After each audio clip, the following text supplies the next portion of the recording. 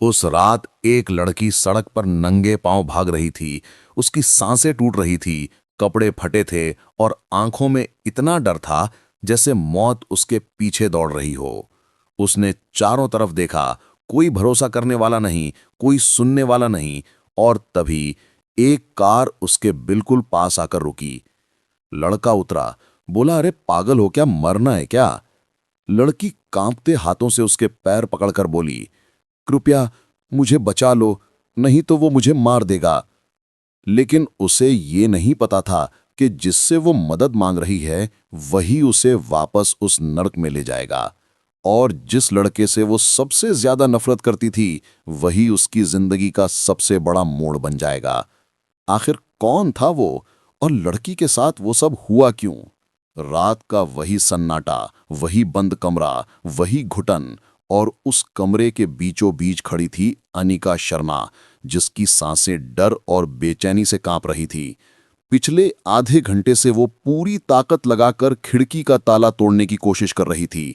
हाथ में एक भारी सा डंडा पकड़ा हुआ था जिसे वो बार बार खिड़की पर मार रही थी, लेकिन ताला जरा भी नहीं हिला।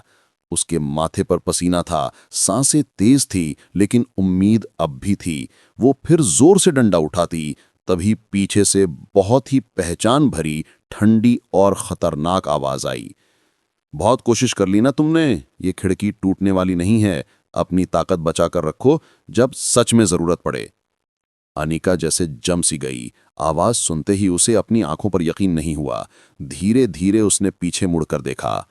सामने खड़ा था विक्रम राजपूत। उसी के सामने खड़ा वही इंसान जिसकी वजह से आज वो इस अनजान बंद कमरे में कैद थी। दिल एक पल के लिए मानो धड़कना ही भूल गया। हाथ से वो भारी डंडा छूटकर जमीन पर गिर गया। टांगों में जैसे जान ही नहीं बची थी। अनिका को आज सबसे बड़ा सच समझ में आ गया था। उसे यहां तक लाने वाला कोई अनजान गुंडा नहीं, बल्कि खुद विक्रम था। सोचते ही उसके पूरे जिस्म में एक सिहरन दौड़ गई। वो कुछ कदम लड़खड़ाई, लगभग गिर ही पड़ती, पर खुद को संभाल लिया। आंखों के कोने से एक आंसू निकला और गाल पर ढलक गया। तुम तुम तुम यहां, मतलब तुमने ही मुझे उठवाया? उसकी आवाज कांप रही थी, बिल्कुल टूटी हुई।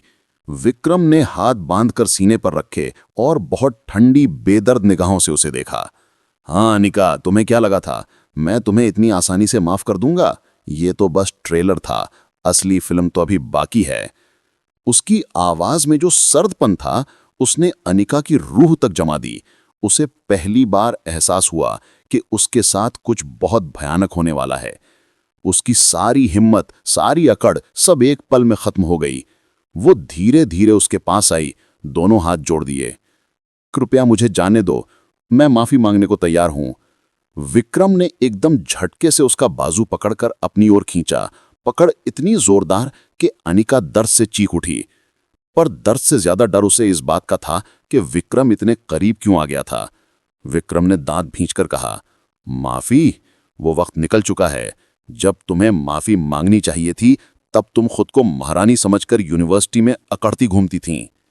और फिर उसने उसे और भी करीब खींच लिया, इतना करीब कि अनिका का नाजुक शरीर उसके चौड़े सख्त सीने से टकरा गया। अनिका डर के मारे पीछे झटके से हट गई। मेरे पास मत आना। विक्रम हंसा। चिंता मत करो, तुम जैसी लड़की को हाथ लगाना तो दूर, देखना भी पसंद नहीं करता। और उसने एक जोर का धक्का दिया। अनिका बेड पर जा गिरी। विक्रम ने अपनी जैकेट उठाई और पहनने लगा। अनिका की आंखों में थोड़ी राहत आई कि वो जा रहा है, लेकिन विक्रम ने उसकी वो राहत देख ली। इतना खुश मत हो, मैंने सिर्फ सजा का ऐलान किया है, दी नहीं है। फिर उसने वो वाक्य कहा जिसने अनिका के अंदर जैसे आग लगा दी। तुम्हारी सजा ये है कि मैं तुमसे शादी करूंगा। थोड़ी देर में पंडित आएंगे, खुद को तैयार कर लो। अनिका अविश्वास में चिल्ला उठी, तुमसे शादी मैं कभी नहीं करूंगी। विक्रम ने ठंडी मुस्कान दी। मैंने तुम्हारी राय नहीं मांगी, यहां सिर्फ मेरी मर्जी चलेगी, वरना तुम्हारे घर वालों को ऐसे नचाऊंगा कि जिंदगी भर पछताओगी। वो जाकर शीशे के सामने बाल ठीक करने लगा। अनिका के दिल की धड़कनें हवा में तैर रही थीं, लेकिन तभी उसने एक ऐसा नाम लिया कि अनिका की सांस ही रुक गई। सुना है तुम्हारी छोटी बहन बहुत खूबसूरत है, वही स्कूल में पढ़ती है ना?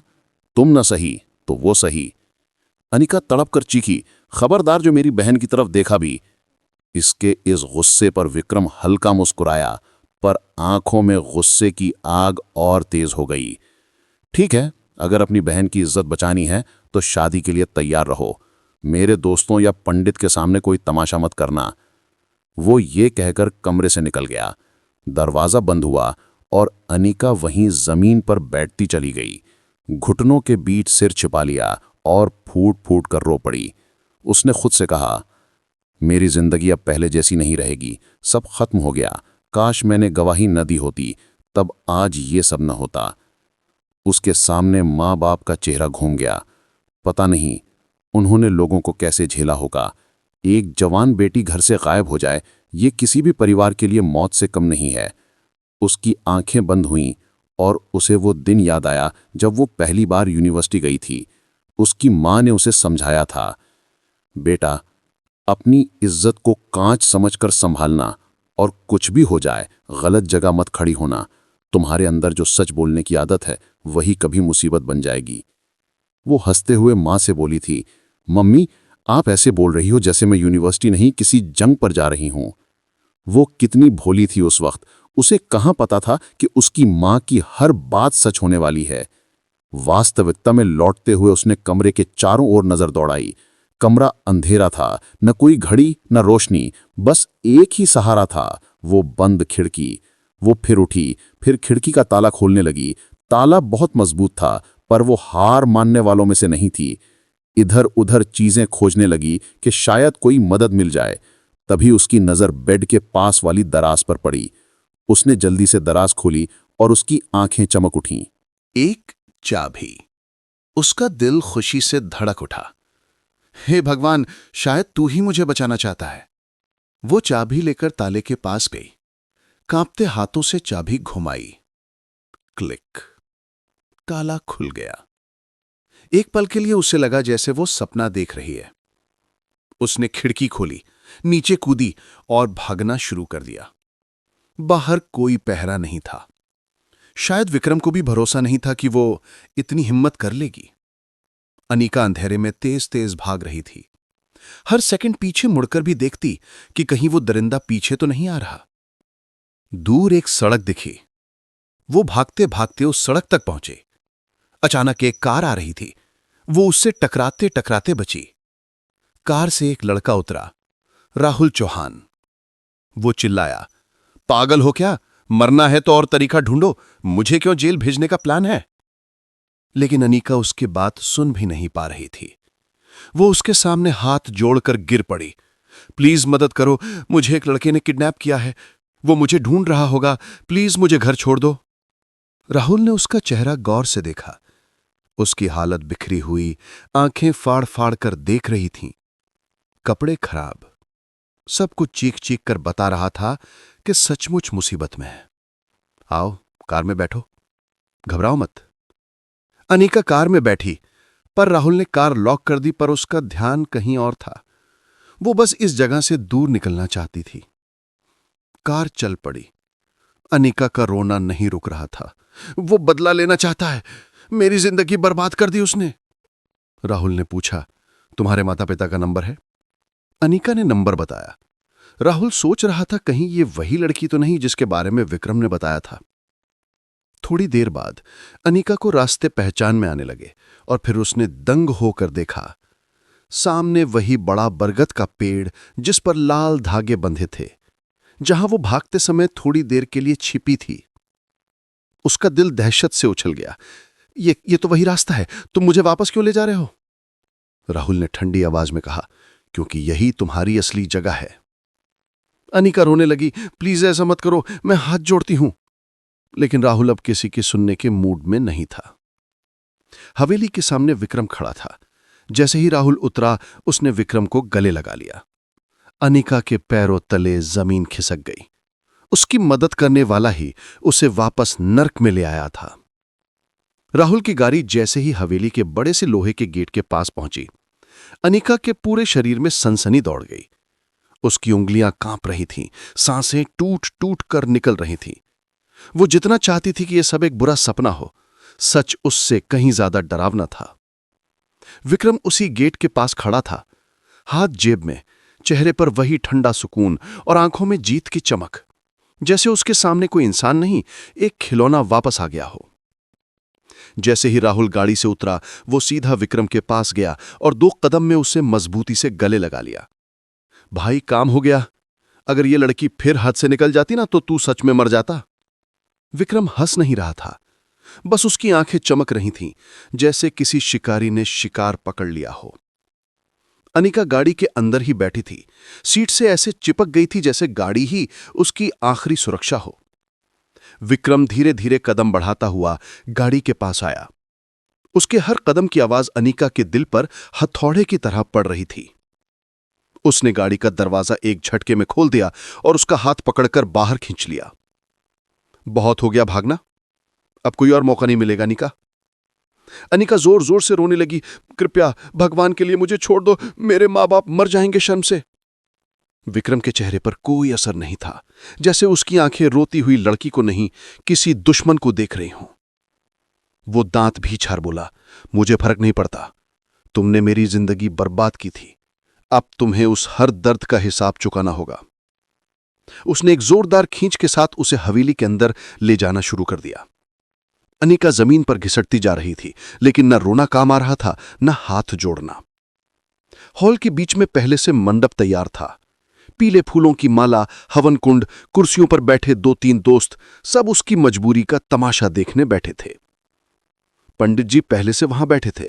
शायद उन्हें भी खरीदी गई सच्चाई ही नजर आई थी, लेकिन काम तो काम था। किसी की मजबूरी देखना उनका काम नहीं था। विक्रम ने उसे कुर्सी पर बिठा दिया, इतना जोर से कि उसकी चूड़ियां टूटकर जमीन पर गिर पड़ी। पंडित जी मंत्र पढ़ने लगे, पर अनिका के कानों में सिर्फ अपनी ही चीखें गूंज रही थीं। मैं ये शादी नहीं करूंगी, तुम्हें कोई हक नहीं। विक्रम झुककर उसके कान के पास आया और बर्फ जैसी ठंडी आवाज में बोला, अगर अपनी बहन को सुरक्षित देखना चाहती हो तो चुपचाप बैठ जाओ। बस उस एक वाक्य ने उसकी सारी ताकत छीन ली। वो बिल्कुल चुप हो गई, उसकी सांस तक थम गई। मंडप की आग जल गई। चंद मिनट में शादी पूरी हो गई और हर मंत्र, हर फेरा उसके लिए किसी मौत की सजा जैसा था। अब वो अनिका शर्मा नहीं, बल्कि अनिका राजपूत बन चुकी थी। शादी के बाद सारे दोस्त बधाई देकर चले गए। हल्की रोशनी में वो हवेली और भी डरावनी लग रही थी। अनिका सोफे के एक कोने में दुबकी बैठी उंगलियों को मरोड़ रही थी। विक्रम हाथ में पानी का गिलास लिए खड़ा था, चेहरा बिल्कुल सख्त। थोड़ी देर बाद उसने उसे देखा और बोला, अब क्या मेरा चेहरा देखती रहोगी? उठो और निकलो यहां से। अनिका का सर झटका। क्या तुम मुझे घर से निकाल रहे हो? विक्रम ने कटाक्ष भरी हंसी दी। हाँ, शादी सिर्फ तुम्हें बदनाम करने के लिए की थी, मकसद पूरा हो गया, अब तुम मेरे किसी काम के नहीं। अनिका के गले से आवाज ही नहीं निकल रही थी। अगर निकालना ही था तो शादी क्यों की? वो फुसफुसाई। विक्रम उसकी बात सुनकर और गुस्से में आ गया, क्योंकि तुम्हें रोज यह एहसास होना चाहिए कि तुमने किससे पंगा लिया था। तुम्हारी मांग में मेरा नाम है और तुम फिर भी लायक नहीं हो। वो आगे झुककर बोला, अब जाओ, नहीं तो शायद मैं अपनी वाली भूख पूरा कर दूं। उसके शब्दों ने अनिका की रूह तक जमा दी। गार्ड अंदर आया। छोटी मालकिन, मुझे माफ करें पर साहब का हुक्म है। अनिका चिल्लाई, मैं कहां जाऊं रात में, मुझे मत निकालो। गार्ड मजबूरी में बोला, अगर मैं नहीं मानूंगा तो नौकरी चली जाएगी। और अगले ही पल गार्ड ने उसे हवेली से बाहर धकेल गया। दरवाजे धमाके से बंद हो गए। गेट के बाहर बस काली सड़क, ठंडी हवा और एक टूटी हुई लड़की रह गई। अनिका सड़क पर चल रही थी, कदम डगमगा रहे थे, आंखों से आंसू रुक नहीं रहे थे। अब वो किसी से नहीं डर रही थी, क्योंकि जो सबसे बड़ा तूफान था वो गुजर चुका था। उसके पास खोने को कुछ नहीं बचा था। थोड़े ही दूर उसे एक टैक्सी दिखी। उसने तुरंत हाथ हिलाया, भैया, ग्रीन पार्क कॉलोनी जाना है। टैक्सी रुक गई। अनिका पीछे बैठ गई, सिर पकड़े हुए। ड्राइवर ने पीछे मुड़कर पूछा, मैडम जी, ये समय, ये जगह, अकेले क्यों? अनिका झुंझला गई, तुम अपने काम से काम रखो, जो पता दिया है वहां ले चलो। ड्राइवर हंसा, ये इलाका शरीफों का नहीं है मैडम। अनिका दहाड़ उठी। एक शब्द और बोला तो सीधा पुलिस में रिपोर्ट कर दूंगी।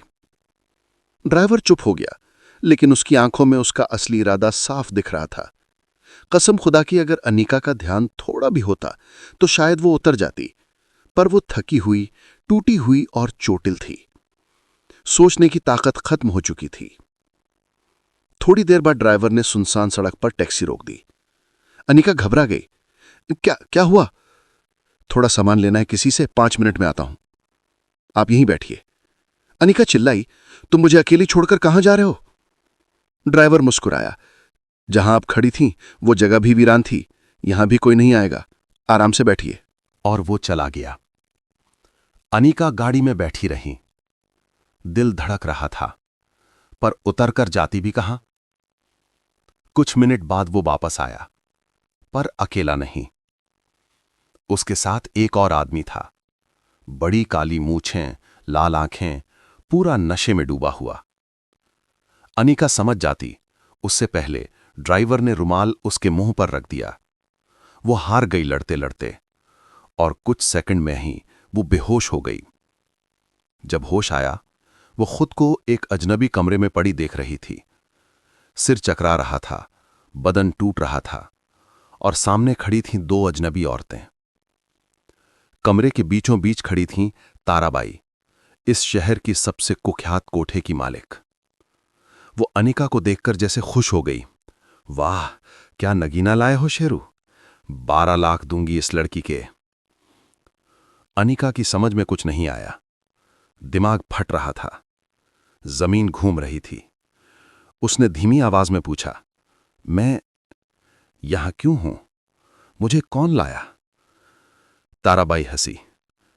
तुम्हें क्या लगता है, उस टैक्सी वाले ने तुम्हें तुम्हारे घर पहुंचाना था? एक लड़की ने उस पर पानी डालकर उठाया। अनिका की आंखों से आंसू बहने लगे। भगवान, ये क्या हो रहा है मेरे साथ? ताराबाई ने झुंझलाते हुए कहा, ये भावनात्मक नाटक कहीं और दिखाना। यहां खाने, रहने और मेरे काम करने आए हो, समझी? अनिका चिल्ला उठी, मैं अपनी इज्जत कभी नहीं बेचूंगी, मर जाऊंगी पर यह नहीं करूंगी। ताराबाई ने उसकी ठुड्डी पकड़कर ऊपर उठाया। बेटी, यहां जबरदस्ती नहीं होती, यहां सिर्फ हालात और मजबूरी होती है। और तुम्हारी हालत देखकर कह सकती हूं, तुम ज्यादा दिन बच नहीं पाओगी। अनिका टूटकर जमीन पर बैठ गई। वो सोचना भी नहीं चाहती थी कि अब उससे क्या करवाया जाएगा। हर तरफ ताले, गंदे कमरे, डरी हुई लड़कियां। उसके लिए ये जगह नरक थी। विक्रम उसी रात बेचैन था, ऊपर नीचे चक्कर लगा रहा था। राहुल सोफे पर बैठा और बोला, यार तू क्यों टेंशन ले रहा है? तूने अपना बदला ले लिया, अब उससे क्या मतलब? विक्रम अचानक चिल्लाया, वो मेरी बीवी है। राहुल दंग रह गया। तुझे कब से यह सब फर्क पड़ने लगा? तूने कहा था उसे बस बदनाम करना है, फिर तलाक दे देगा, अब अचानक बीवी? विक्रम की आंखें लाल थीं। उसके बारे में एक भी घटिया बात कही ना तो मुझसे बुरा कोई नहीं होगा। राहुल समझ गया, विक्रम अब सच में डूब चुका था। वो अनिका से नफरत नहीं, मोहब्बत करने लगा था। लेकिन जब तक यह एहसास आया, बहुत देर हो चुकी थी। अनिका उस नर्क में जा चुकी थी जहां शायद कोई पुकार भी नहीं सुनाई देती। विक्रम ने रातों रात अपने गार्ड पीछे भेजे, पर तब तक शेरू उसे बेच चुका था। रात गहराती जा रही थी। ताराबाई के कोठे की दालान में पीली मंद सी रोशनी झूल रही थी, जिसके नीचे हर चेहरे पर एक अजीब सा साया था, जैसे हर किसी की जिंदगी अंधेरे में डूबी हो। अनिका कमरे के कोने में बैठी, अपने घुटनों को सीने से लगाकर खुद को समेटे हुए थी। उसकी आंखें सूज चुकी थीं, चोटों से बदन दुख रहा था, और दिमाग में सिर्फ एक ही सवाल गूंज रहा था, मैं यहां कैसे पहुंची? भगवान, तूने मेरे साथ ही इतना बड़ा खेल क्यों खेला? पास में बैठी प्रिया उसकी तरफ देख रही थी। प्रिया खुद भी दूसरी लड़कियों की तरह इस जगह की कैदी थी, लेकिन वो इतनी पत्थर दिल नहीं थी। उसकी आंखों में अनिका के लिए थोड़ी सी दया थी, शायद इसलिए क्योंकि वो भी कभी ऐसे ही रोती थी जब पहली बार उसे यहां लाया गया था। प्रिया धीरे से बोली, तुम्हें खाना चाहिए, बहुत दिन से भूखी हो ना, वरना ताराबाई तुम्हें मार देगी। अनिका ने सिर उठाकर देखा। उसकी आंखें बिल्कुल सूनी थीं। तुम बताओ प्रिया, मैंने किसी का क्या बिगाड़ा था? मैं तो बस सच बोलना चाहती थी, किसी को इंसाफ दिलाना चाहती थी। प्रिया ने लंबी सांस ली। इस दुनिया में सच बोलने का सबसे बड़ा जुर्म है अनिका। लोग सच बोलने वाले से डरते भी हैं और उसे मिटा भी देते हैं। वो जैसे अपनी ही जिंदगी का सच सुना रही थी। अनिका ने एक उदास सी मुस्कान दी। शायद यही मेरी गलती थी। दोनों कुछ पल चुप रहीं। बाहर कहीं से कोई मर्दों की आवाजें आ रही थीं, कुछ लड़कियों की धीमी सिसकियां भी, और कुछ बदनसीब हंसने की कोशिश कर रही थीं। ये जगह रोने की नहीं, जबरदस्ती हंसने का बाजार थी। कुछ देर बाद ताराबाई कमरे के बाहर से आई। उसकी भारी चाल और गहनों की खनक से उसकी पहचान दूर से ही हो जाती। वो आते ही बोली, अनिका, उठो, कल बहुत बड़ा मेहमान आएगा। आज रात आराम कर लो, कल से तुम्हारा काम शुरू। अनिका के रोंगटे खड़े हो गए। वो चिल्ला उठी, नहीं, मैं नहीं कर सकती, तुम मेरी जिंदगी बर्बाद कर दोगी। ताराबाई ने गुस्से से उसकी ओर देखा। बर्बाद? तुम खुद यहां आई हो और अब मेरी नाक में दम कर रही हो। जिस दिन मैंने तुम्हें किसी बड़े आदमी के हाथ बेच दिया, तुम्हें मेरी बात माननी ही पड़ेगी। अनिका ने कांपते हुए बोला, भगवान के लिए मुझे जाने दो। ताराबाई हंस पड़ी। यहां भगवान नहीं आता बेटी, यहां सिर्फ पैसे और मर्द आते हैं। वो मुड़कर जाने लगी, फिर पीछे मुड़ी और कठोर आवाज में बोली, और हां, भागने की कोशिश की तो टांगे तुड़वा दूंगी। ये कोठा जेल है बेटी, और मैं इसकी जेलर। ताराबाई के जाते ही प्रिया उसके पास बैठ गई। मुझे पता है तुम डरी हुई हो, लेकिन यहां जितनी लड़कियां हैं ना, सब कभी तुम्हारी ही जगह थीं।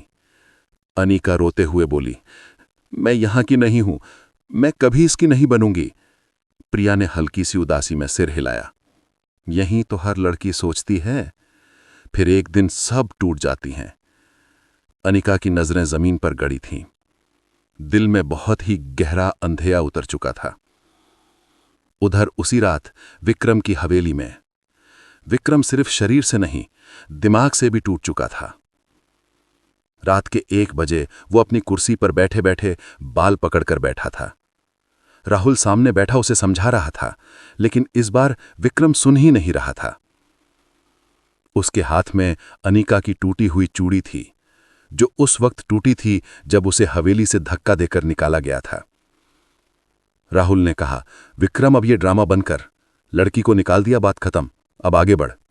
पर विक्रम अचानक उठा और जोर से चिल्लाया, तुम नहीं समझते राहुल, मैं उसे नफरत से नहीं, प्यार से याद कर रहा हूं। राहुल दंग रह गया।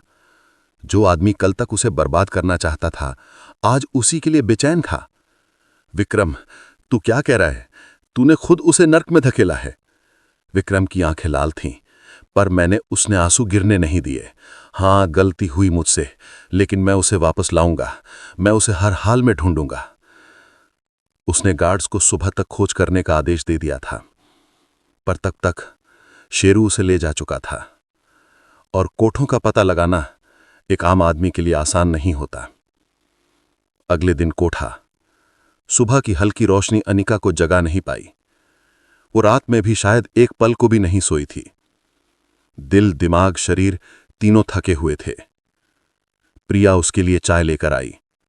अनिका ने चाय की ओर देखा भी नहीं। पी लो, वरना गिर पड़ोगी। अनिका धीरे से बोली, यहां रहने की ताकत नहीं है मुझ में। उसी समय दरवाजा जोर से खुला। ताराबाई की दहाड़ जैसी आवाज, प्रिया, तैयार हुआ या नहीं? प्रिया ने डरते हुए कहा, जी, बस कर ही हूं। ताराबाई अंदर आई। अनिका का चेहरा पकड़कर ऊपर उठाया। देखो इसे, कितनी खूबसूरत है। आज इसका पहला सौदा जाएगा और अच्छा पैसा आएगा। अनिका चीख पड़ी, मार डालना, पर ये सब मत करना। ताराबाई ने उसे जोर से थप्पड़ मारा। थप्पड़ की आवाज कमरे में गूंज उठी। ये कोठा है, पूजा घर नहीं, और यहां जो मैं कहूंगी वही होगा। थप्पड़ इतना जोरदार था कि अनिका जमीन पर गिर गई। मुंह से खून निकलने लगा। प्रिया तुरंत उसके पास बैठी। उठो अनिका, प्लीज रो मत, वरना और मारेगी। अनिका ने अपनी सूजी हुई आंखें खोलीं और फुसफुसाई, भगवान, क्या इतनी बड़ी सजा थी मेरी? मैंने किसी का क्या बिगाड़ा था? उसी शाम को कोठे में हर तरफ हलचल थी। एक बहुत बड़ा आदमी आ रहा था, शहर का नामी बदनाम बिजनेसमैन। कमरे को सजाया जा रहा था। बेड पर लाल चादर बिछाई जा रही थी। परफ्यूम के स्प्रे की महक फैल रही थी, जैसे कोई दावत तैयार हो रही हो।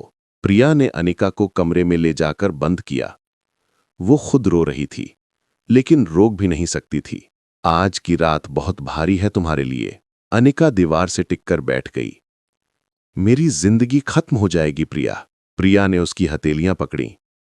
सबकी होती है यहां, मेरी भी खत्म हुई थी, लेकिन तुम बहुत मजबूत हो।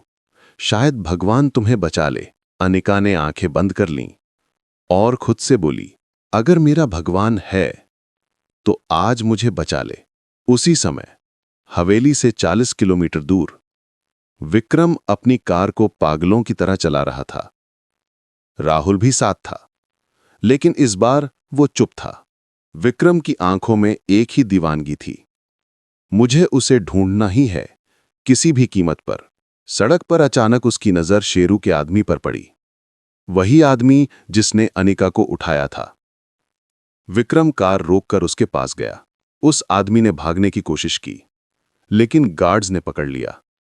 विक्रम ने गरज कर कहा, बताओ, वो लड़की कहां है? वो आदमी डर के मारे कांपने लगा। साहिब, उसे ताराबाई को बेच दिया। विक्रम की रगों में खून उबलने लगा। कहां है कोठा? आदमी ने कांपते हाथ से पता बताया। विक्रम बिना कुछ सोचे कार घुमाकर उसी दिशा में चल पड़ा, जैसे तूफान अपने शिकार की ओर बढ़ता है। वापस कोठा। शाम 8 बजे। अनिका कमरे में अकेली थी। कमरा अंधेरा था। एक कमजोर सी बल्ब की रोशनी थी। वो खुद में सिमटी हुई थी। आंसू चुपचाप बह रहे थे। बाहर से कदमों की आवाज आई। कोई भारी भरकम आदमी अंदर आने वाला था। अनिका ने आंखें बंद कर लीं। हे भगवान, कृपया मुझे बचा ले, एक बार। और तभी हॉल में एक जोरदार धमाका हुआ, जैसे किसी ने दरवाजा लात मारकर तोड़ दिया हो। लोगों की चीखें सुनाई दीं। दौड़ भाग मच गई। ताराबाई की कड़क आवाज, कौन है? किसकी हिम्मत हुई मेरे कोठे में घुसने की? लेकिन जवाब में एक ही आवाज आई, जो अनिका की धड़कन में उछाल ले आई, विक्रम राजपूत। कमरे के बाहर सब लोग डर गए। ताराबाई की आवाज भी धीमी हो गई। वो जानती थी कि अगर शहर में किसी का नाम सबसे ज्यादा खौफ पैदा करता है, तो वो विक्रम का ही है। विक्रम ने जोर से चिल्लाया, अनिका कहां है? अभी, इसी वक्त उसे मेरे सामने लाओ। अनिका ने जैसे आवाज पहचान ली। उसकी सांस रुक गई, आंखें फैल गई। वो मुझे ढूंढने आया है। उसके अंदर एक अजीब सा सुकून उठा, मगर साथ में डर भी। क्या ये सपना है या सच? हॉल का दरवाजा टूटा पड़ा था। ऊपर की मटमैली ढलाई से धूल उड़ रही थी, और अंदर खड़े करीब दर्जन भर लोग विक्रम को देखकर जैसे पत्थर बन चुके थे। विक्रम की आंखें खून से भरी हुई थीं, जैसे किसी ने उसकी रूह को छील कर निकाल लिया हो। उसका चेहरा गुस्से के मारे लाल था, और हाथों में उभरती नसें बता रही थी कि वो खुद को किसी भी पल खो सकता है। उसके पीछे राहुल था, और 2 गार्ड भी, जो समझ चुके थे कि आज विक्रम का पागलपन किसी को भी निगल सकता है। ताराबाई ने खुद को संभालने की कोशिश की, पर उसके चेहरे पर साफ डर दिखाई दे रहा था। विक्रम साहिब, आप गुस्सा शांत करें। ये कोठा है, मंदिर नहीं। यहां रोज नहीं। विक्रम ने उसकी बात बीच में ही काट दी। उसकी आवाज इतनी भारी और गुस्से से भरी थी कि हर इंसान सन्न हो गया। एक शब्द और कहाना तो मैं इस पूरी जगह को चूल्हे में जला दूंगा। अनिका कहाँ है? ताराबाई ने होंठ चबाते हुए इशारा किया। उस कमरे की तरफ जहां अनिका बंद थी। विक्रम तेज कदमों से बढ़ा, इतना तेज कि राहुल पीछे रह गया। उसके हर कदम की धाएं-धाएं हॉल में गूंज रही थी, जैसे हर कदम बदले की आग को हवा दे रहा हो। फिर वो उस कमरे के सामने रुका। दरवाजा बंद था। विक्रम ने बिना एक सेकंड सोचे दरवाजा लात मारकर तोड़ दिया। लकड़ी के टुकड़े उड़ते हुए अंदर गिरे। अनिका को झटका लगा। वो घुटनों के बल जमीन पर बैठी थी, दीवार से टिके हुए। उसके चेहरे पर आंसू की सूखी लकीरें थीं। उसने ऊपर देखा और विक्रम को सामने खड़ा पाया। दोनों की आंखें मिली। उस पल में जैसे समय रुक गया। ना कोई आवाज, ना कोई हवा, ना कोई डर। बस दोनों की सांसें एक दूसरे की धड़कनों से टकरा रही थीं। अनिका को लगा जैसे कोई सपना देख रही है। कल तक जिसे उसने अपनी जिंदगी का सबसे बड़ा दुश्मन समझा था, आज वो ही उसे नर्क से निकालने आया था। विक्रम ने जैसे ही उसे देखा, उसका गुस्सा अचानक दर्द में बदल गया। उसने उसकी हालत देखी। गाल पर सूजन, होंठ पर कट, हथेलियों पर चोट, कपड़े फटे हुए। वो अंदर से हिल गया। अनिका, उसकी आवाज थरथरा गई। अनिका ने फुसफुसाई, तुम सचमुच आए हो? विक्रम की आंखें भर आईं, लेकिन वो रोया नहीं। बस 2 सेकंड चुप खड़ा रहा, जैसे खुद को संभाल रहा हो। फिर जल्दी से अंदर आया और अनिका को अपने कंधे से लगा लिया। मुझे माफ कर दो, बहुत बड़ी गलती हो गई मुझसे। मैंने तुम्हारी जिंदगी बर्बाद कर दी। अनिका उस पल टूट गई। उसके आंसू फिर बह निकले, लेकिन इस बार डर से नहीं, बल्कि किसी अपने के मिलने की राहत से।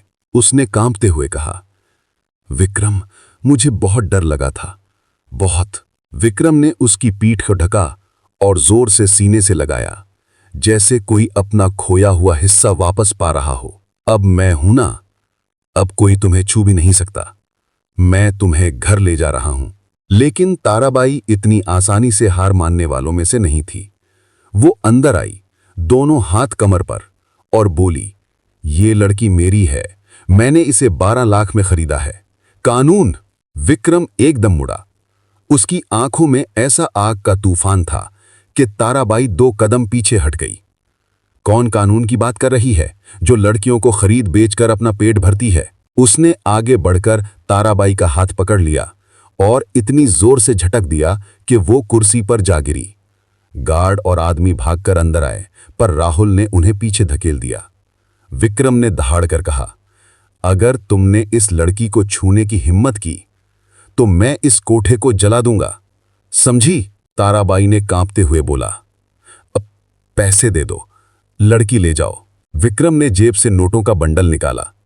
ये ले 12 लाख, और याद रखना, अगर कभी किसी लड़की को इस तरह बेचा तो तेरा नाम भी इस शहर में नहीं बचेगा।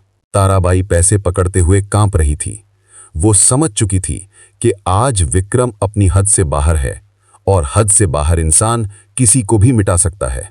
विक्रम ने अनिका के हाथ पकड़कर उसे उठाया।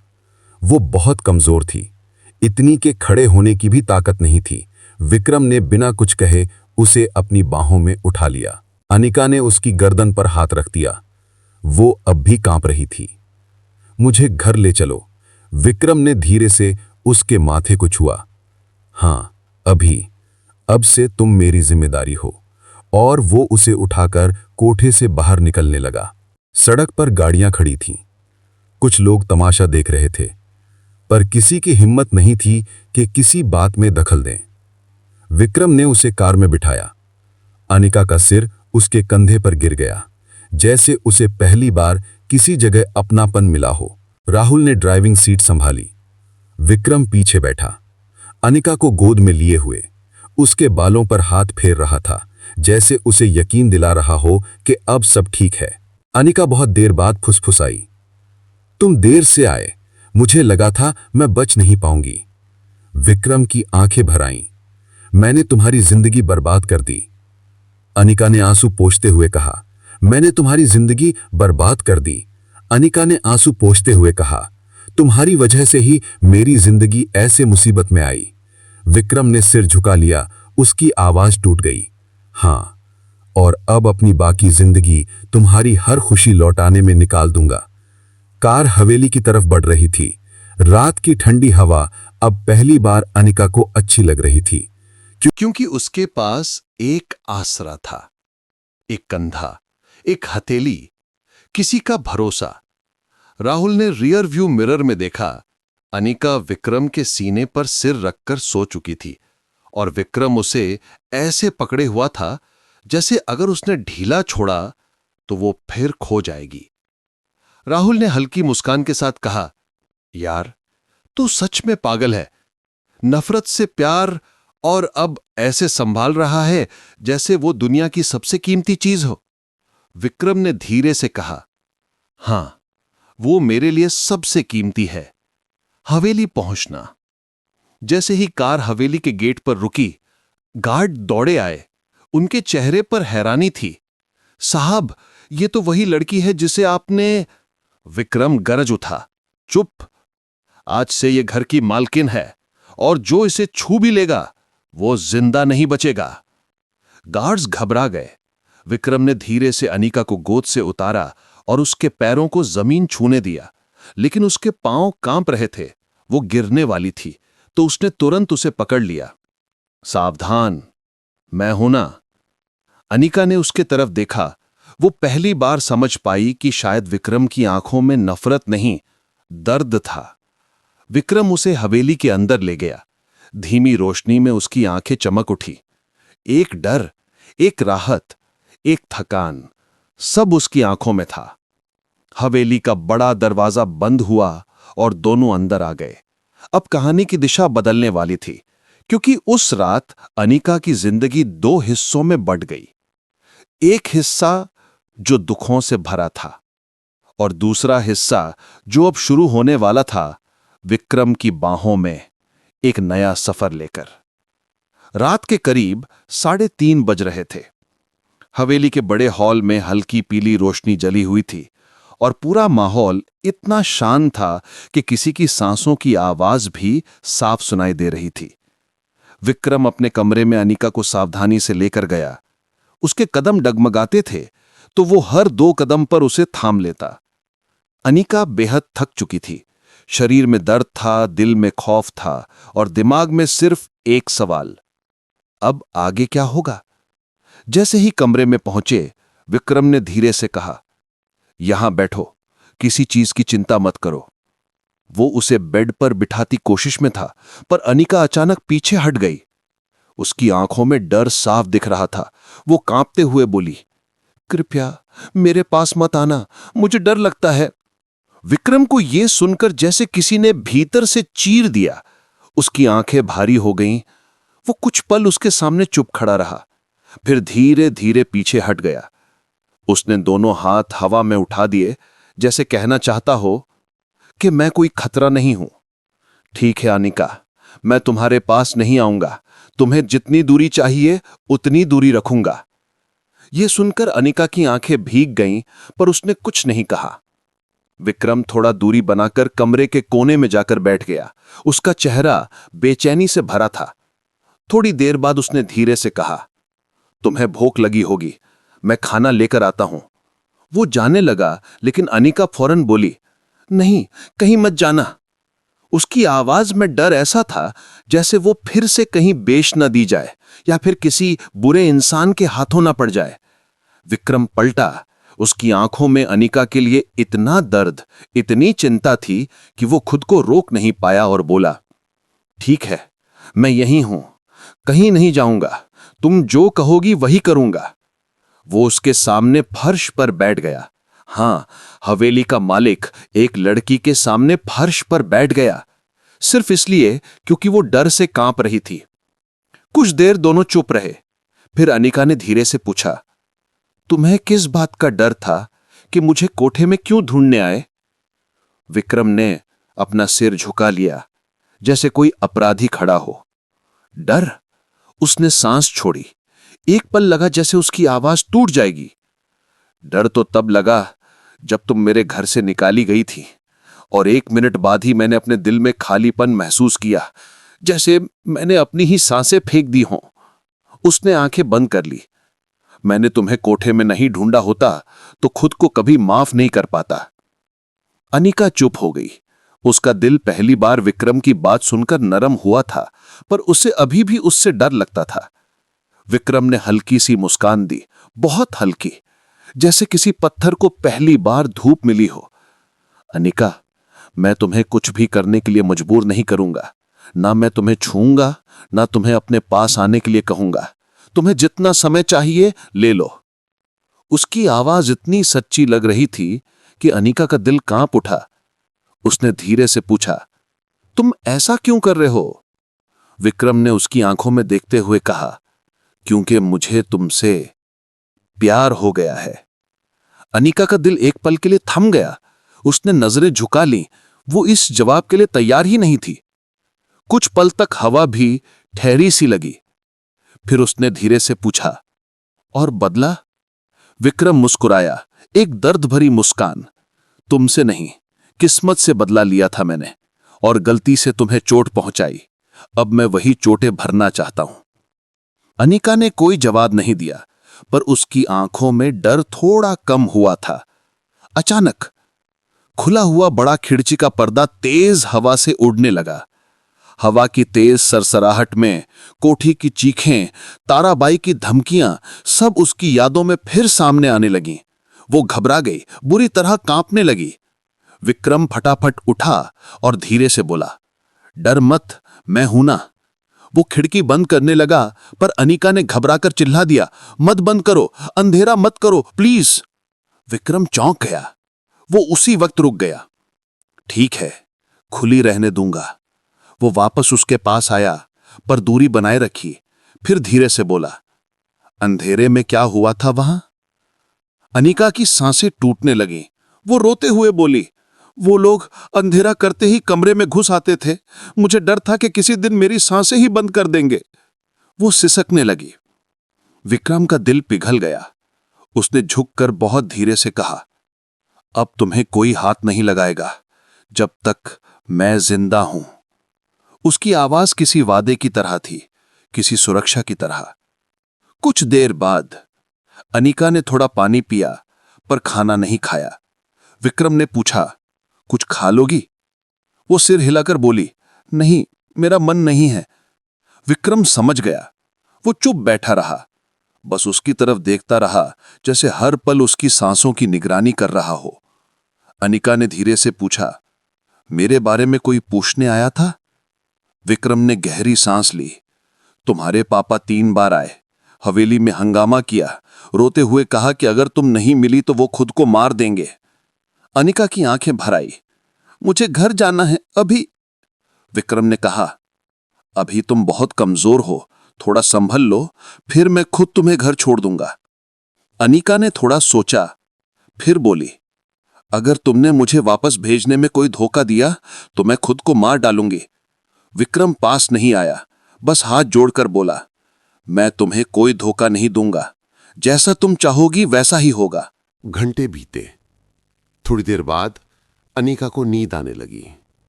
आंखें भारी पड़ गईं। विक्रम ने उसे सोते हुए देखा तो कहने लगा, सो जाओ, मैं यहीं हूं। वो खुद कमरे के फर्श पर वार्डरोब के पास जाकर बैठ गया। उसने सोचा, अगर वो बेड पर सो गया तो शायद अनिका डर जाए। यहां तक कि उसने एसी की ठंडी हवा उसकी तरफ कर दी और खुद ठंड सहता रहा। धीरे धीरे अनिका भी नींद में चली गई और रात के करीब 5 बजे विक्रम पहली बार थोड़ी देर के लिए सो गया, बैठे बैठे, सर दीवार से टिकाए हुए। अगले दिन सुबह सूरज की हल्की रोशनी कमरे में फैलने लगी। अनिका जागी तो देखा कि विक्रम उसी तरह नींद में बैठा पड़ा है। गर्दन एक तरफ झुक गई थी और शायद दर्द भी हो रहा था।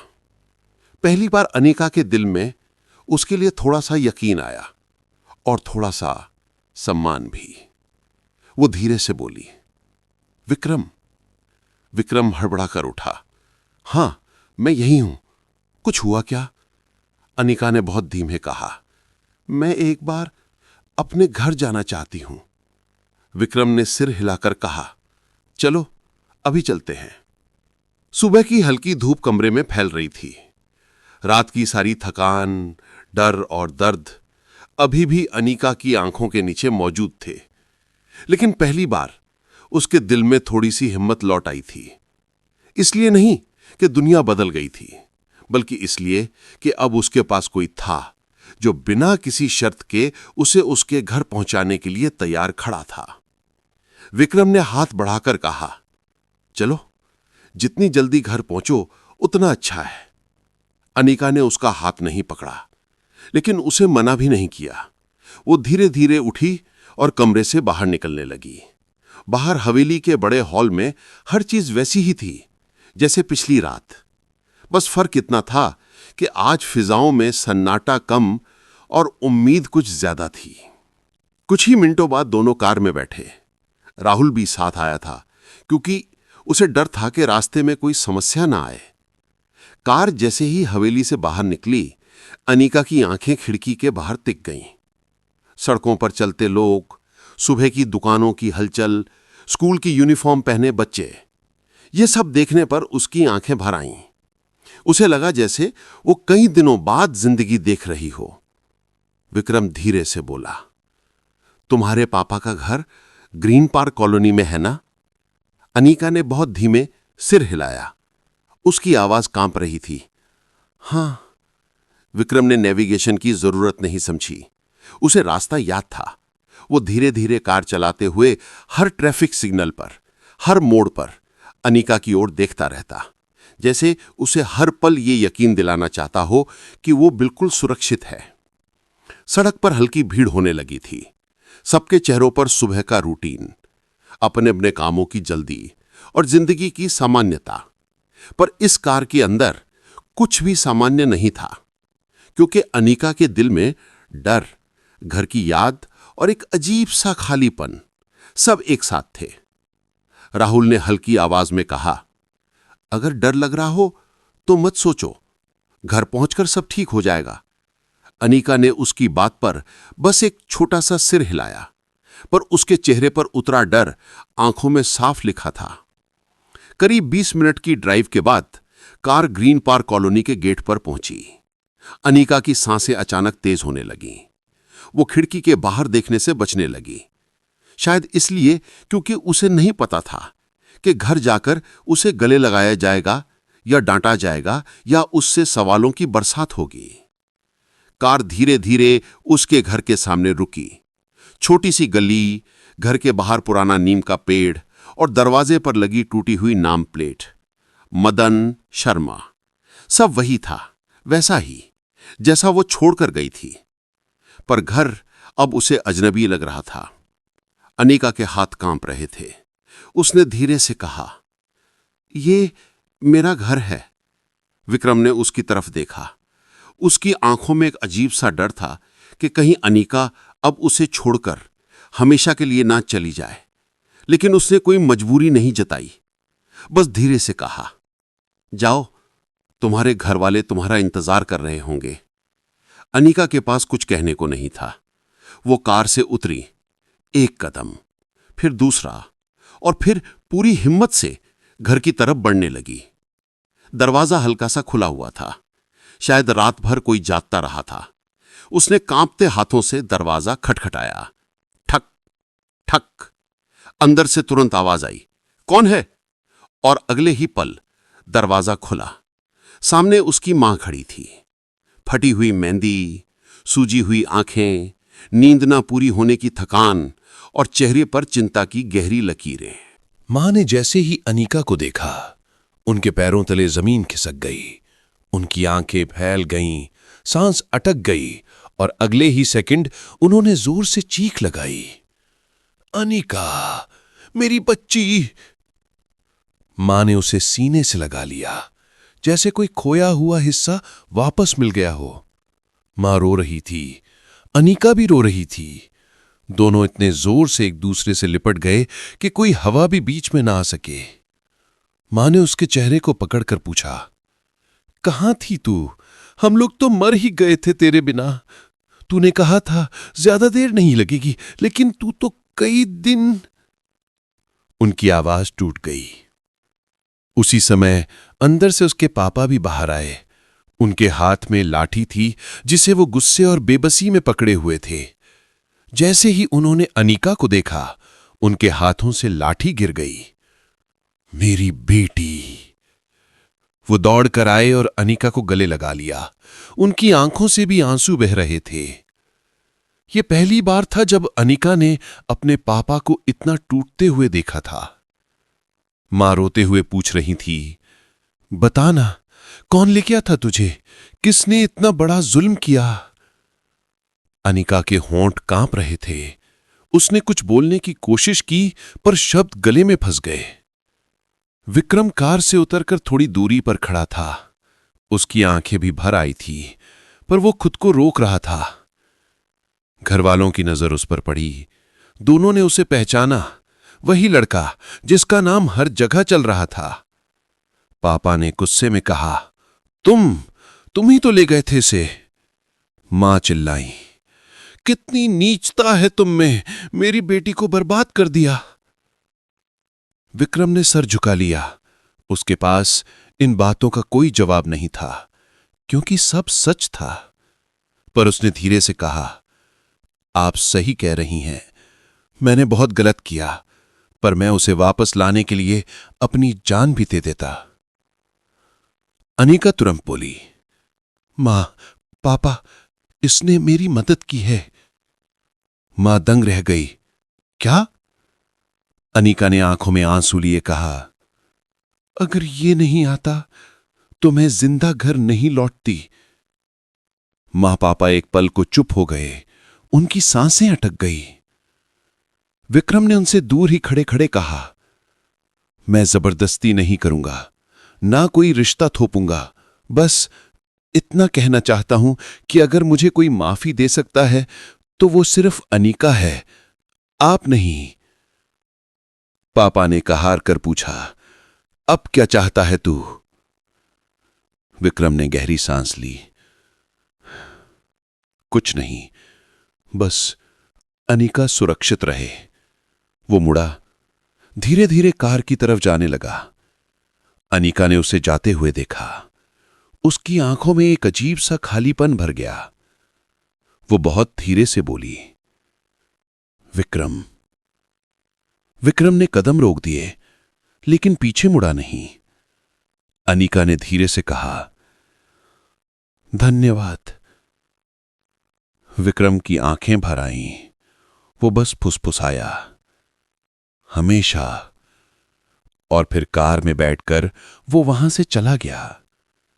अनिका के घर वाले उसे अंदर ले गए, लेकिन उसके दिल में एक नया तूफान उठ चुका था। क्या वो विक्रम को माफ कर पाएगी? क्या उसकी जिंदगी अब पहले जैसी हो पाएगी? क्या वो फिर कभी बिन डर के सांस ले पाएगी? और सबसे बड़ा सवाल, क्या ये कहानी यहीं खत्म हो रही है या अभी शुरू हुई है? घर का दरवाजा बंद हो चुका था, पर अनिका के मन में चल रहा तूफान किसी भी दरवाजे से बंद नहीं हो सकता था। वो अपने कमरे में गई, वही कमरा जहां उसने बचपन से कॉलेज तक की हर छोटी बड़ी यादें बनाई थी। लेकिन आज ये कमरा उसे अपना नहीं लग रहा था, जैसे एक अजनबी जगह हो जहां वो खुद फिट नहीं बैठ रही। मां उसके पीछे पीछे आई, बेड पर बैठकर उसके बाल सहलाते हुए बोली, बता ना बेटा, तेरे साथ क्या हुआ? किसने ले गया तुझे? किसने इतना बड़ा जुल्म किया? अनिका के होंठ कांप रहे थे। उसने कुछ बोलने की कोशिश की, पर शब्द गले में फंस गए। मां समझ गईं कि उसकी हालत इतनी नाजुक है कि आज उससे सच निकालना उसे और तोड़ सकता है। उन्होंने धीरे से कहा, ठीक है बेटा, जब तू तैयार होगी तभी बताना। उन्होंने उसे गले लगाया। अनिका की आंखें मां की गोद में छुपते ही जोर जोर से बहने लगीं। जैसे दिल में जमा सारे जहर को रोक कर निकाल देना चाहती हो। कुछ देर बाद मां ने उसे लेटने को कहा, पर अनिका सो नहीं पाई। नींद उसे इतनी आसानी से आज रात मिलने वाली नहीं थी। पापा बाहर बैठकर सिर पकड़कर रो रहे थे। अगर मेरी बेटी को कुछ हो जाता तो मैं कैसे जीता भगवान। मां ने उन्हें समझाया, अब वापस आ गई है ना, बस यही काफी है। अनिका ये सब सुन रही थी। उसका दिल टूट रहा था। उसे लग रहा था मेरी वजह से मेरे घर वाले इतना दुख झेल रहे थे और मैं तो बस मर जाना चाहती थी उस जगह पर। वो चुपचाप लेटी रही, पर उसके दिमाग में विक्रम की वो आवाज गूंज रही थी, अब से तुम मेरी जिम्मेदारी हो। विक्रम, जिससे वो नफरत करती थी, आज वहीं उसका रक्षक बनकर खड़ा हुआ था। लेकिन उसके दिल में इस समय कोई भी भावना स्पष्ट नहीं थी, न प्यार न नफरत, बस एक अजनबी सा खालीपन। दोपहर के करीब 12 बजे घर में माहौल थोड़ा शांत हुआ। अनिका धीरे धीरे उठी और बाहर हॉल में आई। पापा अखबार पढ़ने का नाटक कर रहे थे, पर उनकी आंखें बार बार अनिका पर टिकी थीं। मां रसोई में कुछ पका रही थीं। महक पूरे घर में फैल रही थी, हल्की सी हल्दी, थोड़ा सा अदरक और घर के खाने की मिठास। अनिका को लगा जैसे दुनिया का सबसे सुरक्षित स्थान यही है। मां ने बाहर आकर पूछा, क्या खाएगी बेटा? अनिका ने धीरे से कहा, कुछ भी। मां ने प्यार से कहा, तो मैं तेरा पसंदीदा दलिया बना रही हूं। पर अंदर का डर अब भी खत्म नहीं हुआ था। तभी दरवाजे पर आवाज आई, ठक ठक। पापा ने दरवाजा खोला। बाहर 2 पुलिस वाले खड़े थे। उनमें से एक बोला, हमें पता चला कि आपकी बेटी वापस आ गई है। उसके साथ क्या हुआ था हम जानना चाहते हैं। पापा घबरा गए। उन्होंने फौरन कहा, अभी नहीं, कृपया थोड़ी मोहलत दीजिए। अनिका की सांसें तेज हो गईं। उसे फिर डर लगने लगा। मां ने पुलिस वालों से कहा, बेटा बहुत सदमे में है, कुछ दिन बाद आइए। पुलिस वाले चले गए, पर उनका आना अनिका के अंदर फिर डर भर गया। वो बोली, मां अब क्या होगा? मां ने कहा, कुछ नहीं होगा बेटी, हम हैं ना, तेरे बिना पूछे कोई कुछ नहीं करेगा। लेकिन मां के अंदर भी डर था। दुनिया क्या कहेगी, लोग कैसे बातें बनाएंगे, और सबसे बड़ा सवाल, सच सामने आने पर क्या बेटी का रिश्ता, उसकी इज्जत, उसका भविष्य बच पाएगा? ये भार मां बाप के लिए आसान नहीं था। शाम होते होते घर के बाहर कुछ खुसुर पुसुर होने लगी। कॉलोनी की औरतें गली में खड़ी होकर धीरे धीरे बातें कर रही थीं। वो शर्मा जी की बेटी देखी? हां, कुछ दिन से गायब थी। कहीं भाग तो नहीं गई थी? सुना है किसी आदमी के साथ। बातें कटोरी में पानी की तरह एक दूसरे में गिरने लगीं। अनिका ये सब सुनकर कमरे में भाग गई। उसने दरवाजा बंद कर दिया और जोर जोर से रोने लगी। उसके मन में एक ही बात थी, मैं घर आकर भी सुरक्षित नहीं हूं। कुछ देर बाद वो अचानक उठी और दरवाजा खोलकर बाहर आ गई। पापा चौंक गए। क्या हुआ बेटा? अनिका ने कांपते हुए कहा, पापा, सब लोग मेरी बातें कर रहे हैं। पापा ने उसे गले लगाया। लोगों का काम है बोलना, उन्हें बोलने दो। अनिका बोली, अगर उन्हें सारी सच्चाई पता चली तो वो मुझे जिंदा नहीं रहने देंगे, इज्जत की बातें करेंगे। पापा चुप हो गए। वे जानते थे कि उसकी बात सच है।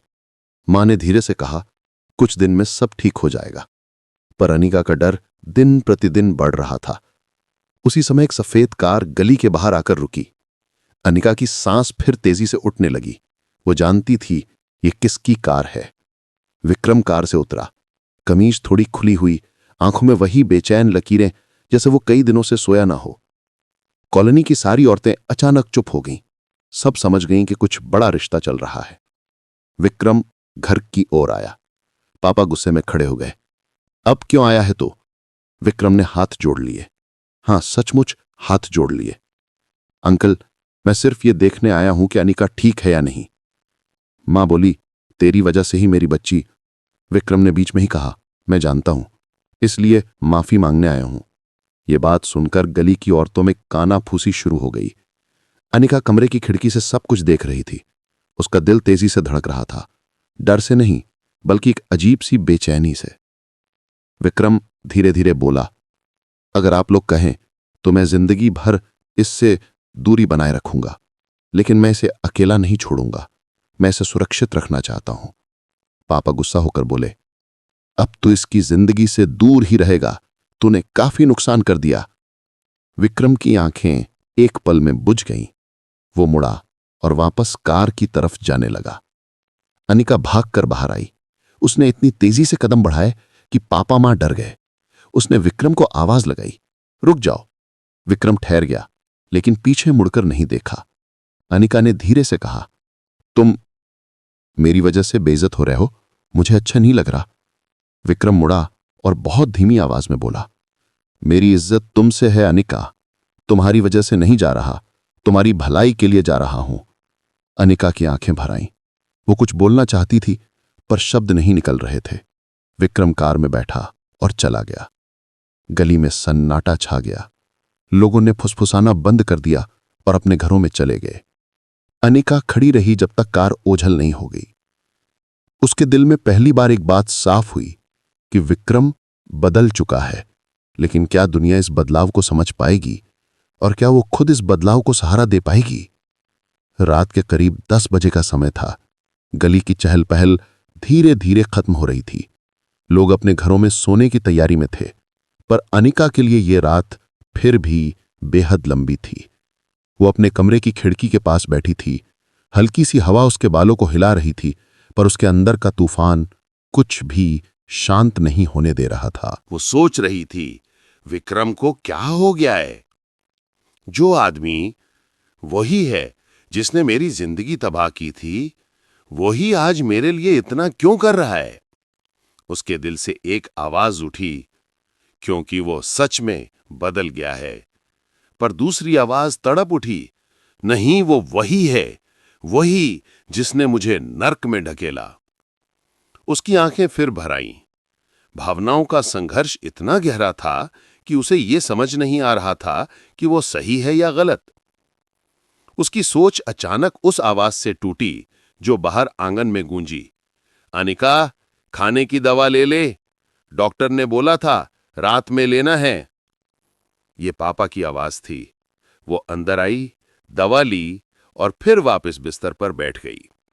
लेकिन नींद आज भी उसके पास आने को तैयार नहीं थी। अगले दिन सुबह का समय था। घर में सामान्य हलचल थी।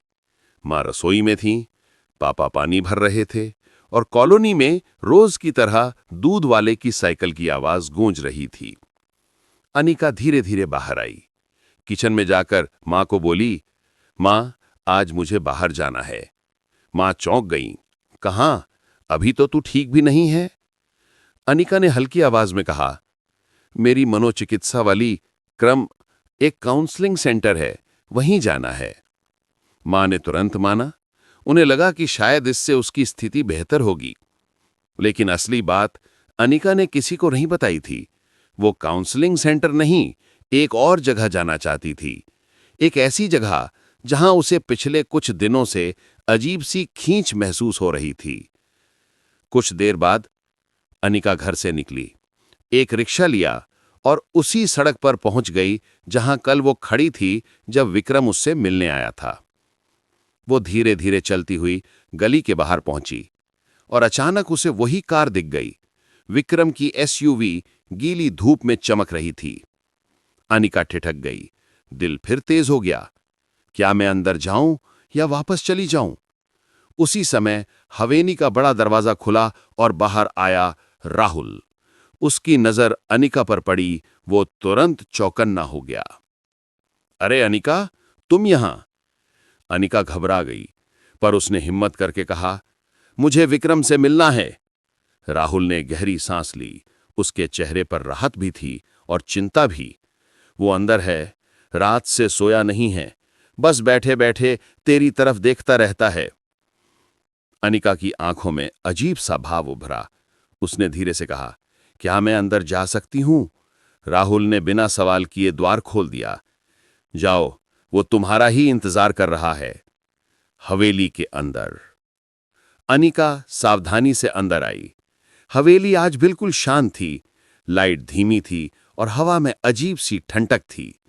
वो कुछ कदम आगे बढ़ी तो उसे कमरों के बीच हल्की सी रोशनी दिखी। वो धीरे धीरे चलती हुई उस रोशनी की तरफ बढ़ी। कमरा खुला था। अंदर विक्रम बैठा था, एक सोफे पर सिर झुकाए हुए, बाल बिखरे, आंखों के नीचे काले घेरे। वो बिल्कुल थका हुआ, टूटा हुआ और चुप था। अनिका छोटे कदमों से अंदर प्रवेश की। विक्रम ने आवाज सुनी लेकिन सिर नहीं उठाया। राहुल, तुम फिर से क्यों आ गए? अनिका ने कोई जवाब नहीं दिया। कमरा कुछ पल चुप रहा। फिर विक्रम ने धीरे से सिर उठाया और जैसे ही देखा कि सामने कोई और नहीं बल्कि अनिका खड़ी है, उसकी सांस अटक गई। वो उठकर खड़ा भी नहीं हो पाया पहले कुछ सेकंड के लिए। उसकी आंखों में अचरज, खुशी, दुख सब एक साथ भर आए। तुम यहां? अनिका की आंखें नम थीं पर चेहरा शांत। वो थोड़ा आगे बढ़ी। हां, क्योंकि मुझे तुमसे कुछ कहना था। विक्रम हड़बड़ाकर खड़ा हुआ। अगर माफी चाहिए हो तो मैं जिंदगी भर 1000 बार। अनिका ने हल्का हाथ उठाकर उसे रोक दिया। नहीं, मैं माफ करना चाहती हूं। विक्रम का चेहरा ढह गया। उसने जैसे राहत में सांस छोड़ी। तुम सच में? अनिका ने धीरे से कहा। अगर मैं तुम्हें माफ नहीं करती तो मेरी अपनी जिंदगी कभी आगे नहीं बढ़ती। विक्रम की आंखें भर आईं, लेकिन वो रोया नहीं, बस सिर झुकाकर खड़ा रहा। कुछ पल चुप्पी रही। फिर अनिका ने कहा, लेकिन इसका मतलब ये नहीं कि मैं तुम्हारे साथ रहना चाहती हूं। विक्रम की आंखें फिर चमक गईं, पर उसने जल्दी ही अपनी भावनाओं को संभाल लिया। उसने बहुत धीमे से कहा, मैं तुम्हें मजबूर नहीं करूंगा। जो फैसला तुम करोगी वही मेरी जिंदगी होगी। अनिका ने उसकी तरफ देखा और बोली, मैं अपनी जिंदगी खुद बनाना चाहती हूं, अपने दम पर। कुछ समय चाहिए, काफी समय। विक्रम ने सिर हिलाया। जितना चाहो उतना समय ले लो। अनिका 2 कदम आगे बढ़ी और बहुत धीमे से कहा, और अगर कभी कभी मुझे लगा कि तुम्हारे पास लौटना मेरी खुशी है तो मैं खुद आ जाऊंगी। यह सुनकर विक्रम की सांसें जैसे थम गईं। वो इस बात को बोलने की हिम्मत नहीं कर पा रहा था, लेकिन उसकी आंखों में एक चमक उभर आई, बहुत तेज, बहुत गहरी। अनिका इसके बाद मुड़ी और बाहर चल दी। विक्रम ने उसे रोका नहीं, बस पीछे से धीरे धीरे कहा, मैं यहां रहूंगा, हर दिन तुम्हारा इंतजार करता हुआ। अनिका की चाल रुक गई, पर उसने पीछे मुड़कर नहीं देखा। वो हवेली से बाहर आई और गली में चली गई। उसका सिर ऊंचा था, कदम मजबूत, आवाज स्थिर। वो सोच रही थी, मैं टूटी नहीं हूं, बस थोड़ा बिखरी थी, अब खुद को जोड़ना है। और उसी गली में पहली बार उसे लगा कि उसकी जिंदगी अब उसकी अपनी है। कई महीने बाद अनिका ने काउंसलिंग शुरू कर दी, कोचिंग ज्वाइन की। घर वालों का भरोसा दुगना हो गया। धीरे धीरे वो फिर से अपनी दुनिया बनाने लगी। लोगों की बातें कम हुईं, उसकी हौसले बढ़ते गए। वो अब किसी की दया नहीं, खुद की मेहनत पर जीना चाहती थी। और विक्रम अपने वादे पर खरा उतरा। उसने कभी उसे कॉल नहीं की, ना मैसेज, ना मिलने की कोशिश की, लेकिन दूरी के बावजूद उसका प्यार कम नहीं हुआ। कभी कभी हवेली के गेट पर वो खड़ा होकर आसमान को देखता और फुसफुसाता, अनिका, तुम जहां भी हो खुश रहना। और एक दिन अनिका का रिजल्ट आया। वो कोचिंग में टॉप 5 में आई थी। पापा ने मिठाई बांटी, मां ने मंदिर में दिया जलाया। घर में खुशी भर गई। शाम को दरवाजे पर दस्तक हुई। अनिका ने खोला। सामने कोई नहीं था, बस जमीन पर एक छोटा सा गुलदस्ता रखा था, सफेद लिली और एक चिट्ठी। उसमें लिखा था, तुम अपने पैरों पर खड़ी हो गई हो। मैं इससे ज्यादा कुछ नहीं चाहता। तुम्हारी जिंदगी तुम्हारी है और मैं तुम्हारी खुशियों का साया बनकर दूर से दुआ करूंगा। यदि कभी भी तुम्हें लगे कि तुम्हें मेरी जरूरत है तो ये रास्ता मैं आज भी दिल से खुला रखूंगा। ठीक है। उन्होंने चिट्ठी बंद की। उसकी आंखें थोड़ी नम हुईं, पर होंठों पर मुस्कान थी।